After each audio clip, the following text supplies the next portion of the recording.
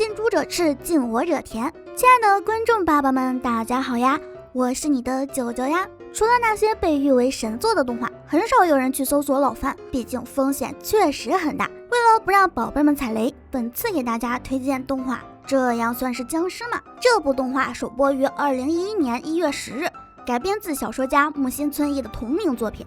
其实它最早叫做《魔法少女就是本大爷》。偷偷告诉你们啊，这是一部女装大佬开后宫的爽番。故事大概是这样的：男主香川部因为被卷进了一起杀人事件，不幸领了便当，后被死灵法师小优变成了僵尸，获得了不死之身。之后不断的被卷入各种阴谋与战斗之中，然后还获得了变成魔装少女的能力。危险与机遇总是并存的，小布的后宫也开始壮大。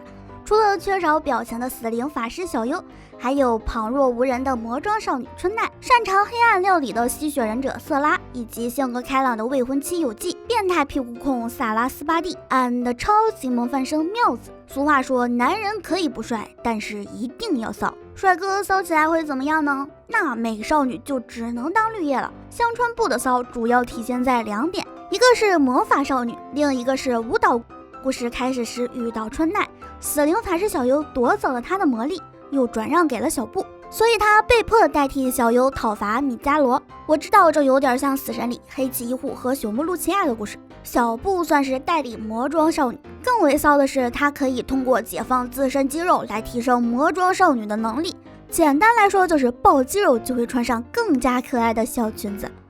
舞蹈方面，小布还有个绰号亚洲舞王，他的第一个后宫小优就是他用舞蹈搭讪吸引到的。而广为人知的是香川同学的脱衣舞，这段视频哪怕是没看过这就算是僵尸嘛，也应该有所耳闻。那时的小优生了病，小布被人哄骗跳脱衣舞为小优治病，然后他就唱着约德尔跳起了激情的舞蹈。除了这2点，布哥的骚操作还有很多，欲知详情的话，诸位还请去看动画。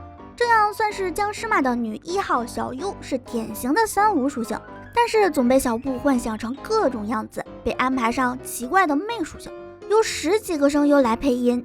其实这事儿小优全知道，甚至还问我：“你今天不对我进行幻想了吗？”就我看来，用35女来当女1号是个不妥当的选择。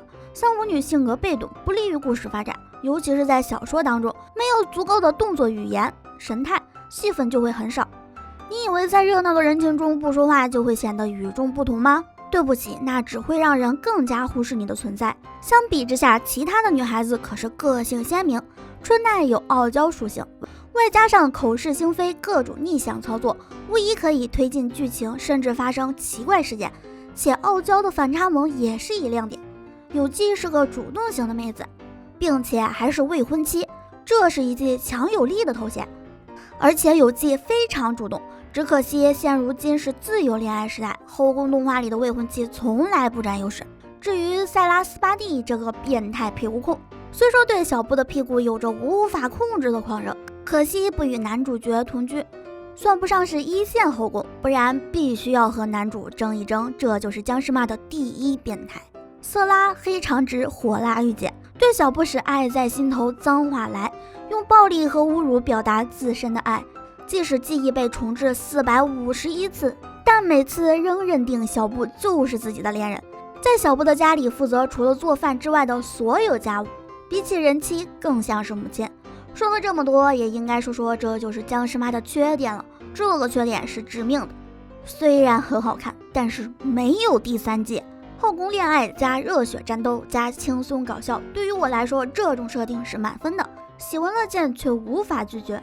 它的设定就算不王道，应该也称得上是主流。除此之外，它也拥有着有趣的特点。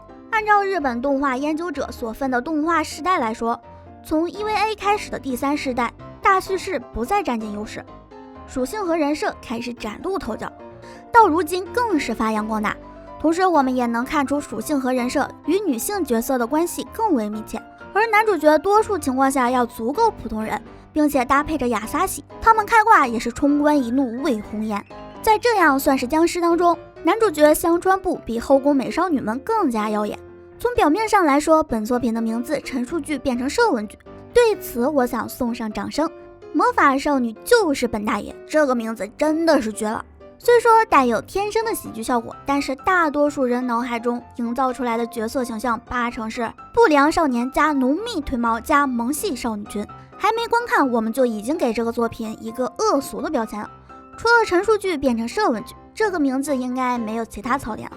论长度比不上我的妹妹不可能这么可爱，当然更比不上虽然身为男子高中生又是个当红的轻小说家，却遭受一个年纪比我小的同班同学又是声优的女孩子对我紧紧勒住脖子。我知道你们想吐槽这个超长名字，但是请忍住，这种超长名字被称之为文章系标题。日本轻小说家对此是这么说的：文章系标题的兴盛是由轻小说作品泛滥，读者处于信息过载的状态，根本不知道买什么好，这时就想出了把作品的内容都放到标题上，让读者可以一眼就看到，迅速判别作品是不是能满足自己的需求的办法。所以喜欢这部番的小朋友请务必速速追番。今天的节目到这里就结束啦，我们下期再见。对了，别忘了点赞和订阅哦，爱你们，